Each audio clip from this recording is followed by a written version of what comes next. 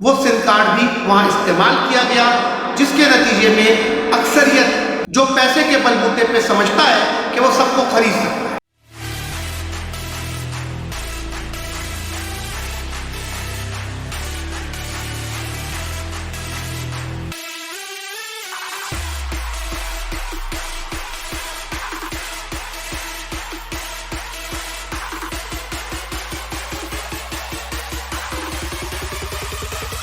اعوذ باللہ من الشیطان الرجیم، بسم اللہ الرحمن الرحیم۔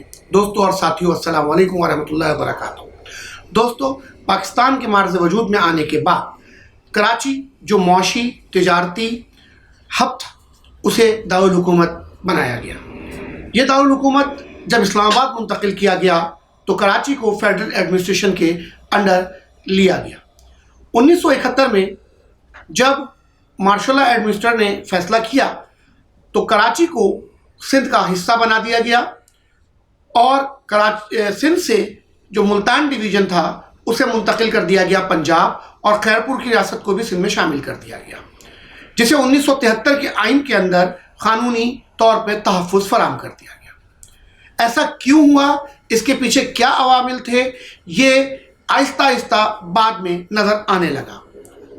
1954 کا جو ماسٹر پلان کراچی کے لیے ترتیب دیا گیا تھا، اس ماسٹر پلان کو یکسر تبدیل کر دیا گیا، اور یہاں پر مہاجرین جو آباد تھے، جو اردو بولتے تھے، جو سب سے زیادہ پڑھی لکھی آبادی تھی، ان کو اپنے لیے خطرہ محسوس کرتے ہوئے یہاں پر دوسرے شہروں سے آباد کاری کی جانے لگی۔ اس آباد کاری کے نتیجے میں یہاں پر بہت سے مسائل پیدا ہوئے اور یہ روشنیوں کا شہر آہستہ آہستہ تاریکیوں کی دلدل میں دھنستا چلا گیا۔ یہاں کی جو نمائندہ جماعت تھی MQM، اسے 2 آپریشنز کے ذریعے دیوار سے لگانے کی کوشش کی گئی، لیکن یہ محسوس ہوا کہ بانی قائد الطاف حسین کے ہوتے ہوئے یہ ناممکن ہے، اور اس ناممکن کو ممکن کرنے کے لیے ایک سازشی عناصر کے ذریعے ایک انتشارانہ سیاست کی گئی، اور اس طرح لوگوں کو اکسایا اور بھڑکایا گیا کہ نعوذ باللہ ہم پاکستان کی سالمیت کے خلاف ہیں، اور کچھ ایسے الفاظ ادا کروا دیے گئے جس سے بانی قائد پر پابندیاں لگا دی گئی۔ لیکن اس نتیجے میں کیا ہوا کہ یہ جو صوبہ ایک استحکام دیتا تھا، ایک معاشی، ایک ریڑھ کی ہڈی، یہ مکمل تاریکیوں میں چلی گئی۔ یہاں کچرے کے ڈھیر لگ گئے، یہاں کوئی اس کو اون کرنے کو تیار نہیں تھا، صرف اور صرف کراچی سے لیا جا رہا تھا، لیکن کراچی کو کچھ بھی واپس نہیں کیا جا رہا۔ ایسے میں یہ دیکھا گیا کہ جیو پر حملہ ہوا، اور یہ حملہ قوم پرستوں نے کیا۔ اس سے پہلے بھی کچھ ریلیوں کے اندر قوم پرستوں نے واضح الفاظ میں سندھو دیش کے لیے نعرے لگائے۔ ان پر پابندیاں کیوں نہیں عائد کی گئیں، یہ ایک سوالیہ نشان ہے۔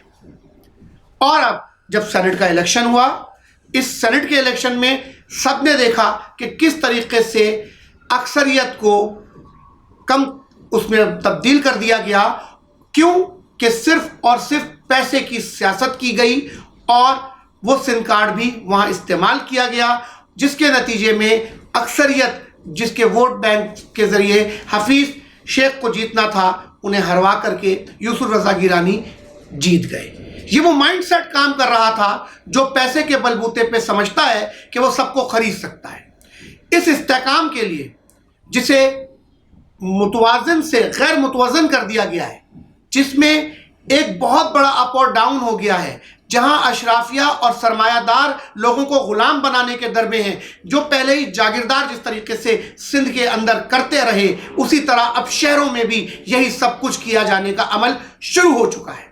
ایسے میں اس توازن کو جو پچھلے 30-40 برسوں سے جس قائد الطاف حسین نے قائم کیا ہوا تھا، اب ضرورت ہے انہی نظریات کی، اور اسی کی بیس پر اب ان نظریات کو دوبارہ اجاگر کرتے ہوئے یہ دیکھنا ہوگا کہ یہ استحکام لانا بہت ضروری ہے اس ملک کی سالمیت کے لیے، پاکستان کے لیے، ہمارے اسلام کے لیے، جس کے نام پہ پاکستان وجود میں آیا۔ ہمیں ہمیشہ اس کو قائم رکھنا ہوگا، اپنے نظریات کو قائم رکھنا ہوگا۔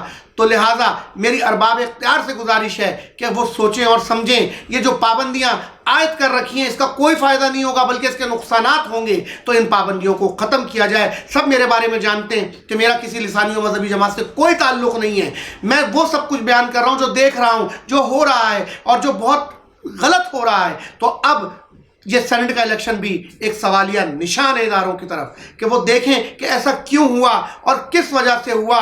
صدر پاکستان جب ایک اعلان کر چکے تھے کہ جناب یہ الیکشن جو ہیں اوپن ہوں گے، تو یہ الیکشن کیوں خفیہ رائے شماری کے ذریعے کیے گئے؟ جب ایک اکثریت موجود تھی تو یہ اکثریت کیسے تبدیل ہو گئی؟ اس کا خمیازہ کون بھگتے گا؟ عوام بھگتے گی۔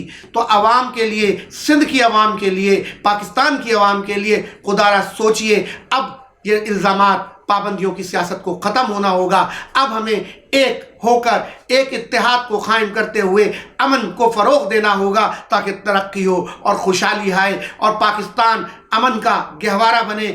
جاگ پاکستانی جاگ، اور اب جاگ جا، اب جاگ کر ہی تجھے فیصلے کرنے ہیں۔ پاکستان زندہ۔